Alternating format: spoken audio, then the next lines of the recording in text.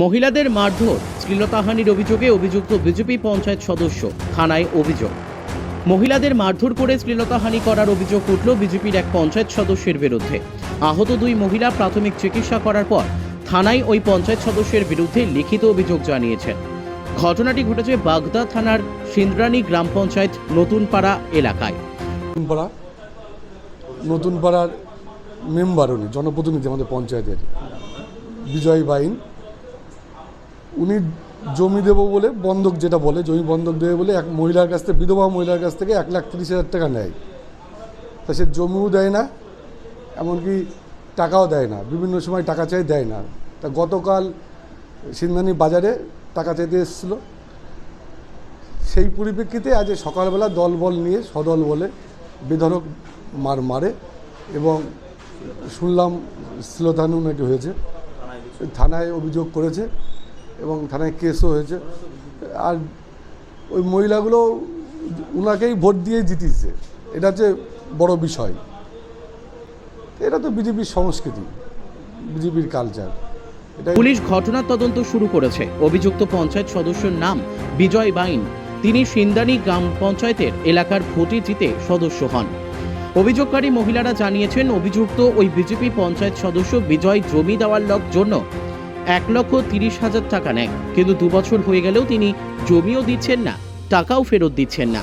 শুক্রবার আমার দিদের কাছে থেকে টাকা নিয়ে আসছে জমির বাউদে, জমি দেবে দিয়া 1,30,000 টাকা নিয়ে এসছে। তা আমার দিদি বারবার যায়, ওই যে বিজয়, সে মেম্বার হয়েছে আমাদের এইখানে পঞ্চায়েতে।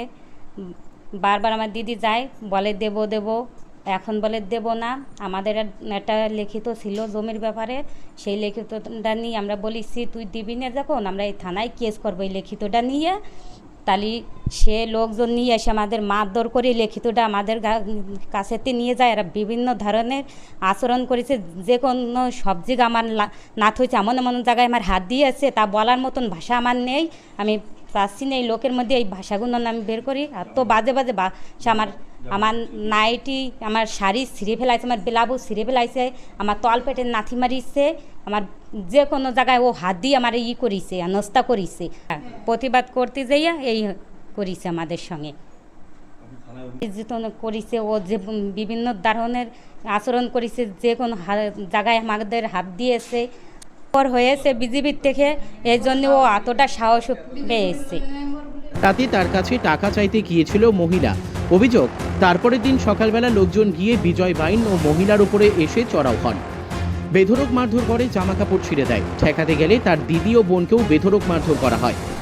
জমি দেওয়ার কথা উল্লেখ করে 2 বছর হয়ে গেল, টাকাটা চাতে যাই, বলে যে কাকিমা দেব, হ্যাঁ জমি দেবে বলে জমির টাকা নিয়েছে 1,30,000 টাকা। সেই টাকা চাতে যাই, বলে দেব, 2 কিস্তি চাতে যাই, বলে যে তোমার টাকা পয়সা দিয়ে দিছি, জমিও দেবো না, টাকাও আমি দিয়ে দিছি। কি প্রুফ আছে? সেই প্রুফটা আমি বলছি আমি থানা পুলিশ করতে যাব। সেই থানা পুলিশের কাগজটা ও সেই লিখিতটা নিয়ে ও নিয়ে গেছে, ছিঁড়ে উড়ে ফেলে দিয়েছে। আর ধর আমাকে ঘরের থেকে টানিয়ে ধরে আমাকে সবাই মিলে এসে মারধর করেছে, ঘরের থেকে টানিয়ে বের করে নিয়েছে। ওই টাকার উল্লেখ নিয়ে, যে টাকাটা তুই কখন দিবি, সেই উল্লেখ নিয়ে মারিছে। কীভাবে মারধর করছে, পাড়াইছে ধরে, ওই যে কাপড় ছিঁড়ে ফেলছে, ধরে চুলি মুঠি ধরে নিয়েছে, বিভিন্ন রকমের মারিছে, সেটা বলার মতো না, আমি বলতে পারছি না। বিভিন্ন রকম মেম্বার, আমি বলছি দেখ তোর মানুষের, বিজেপির থানায় অভিযোগ করেছি, পুলিশ এখনো আসেনি। পাশাপাশি এই বিষয়ে অভিযোগ অস্বীকার করেছে বিজেপির ওই পঞ্চায়েত সদস্য।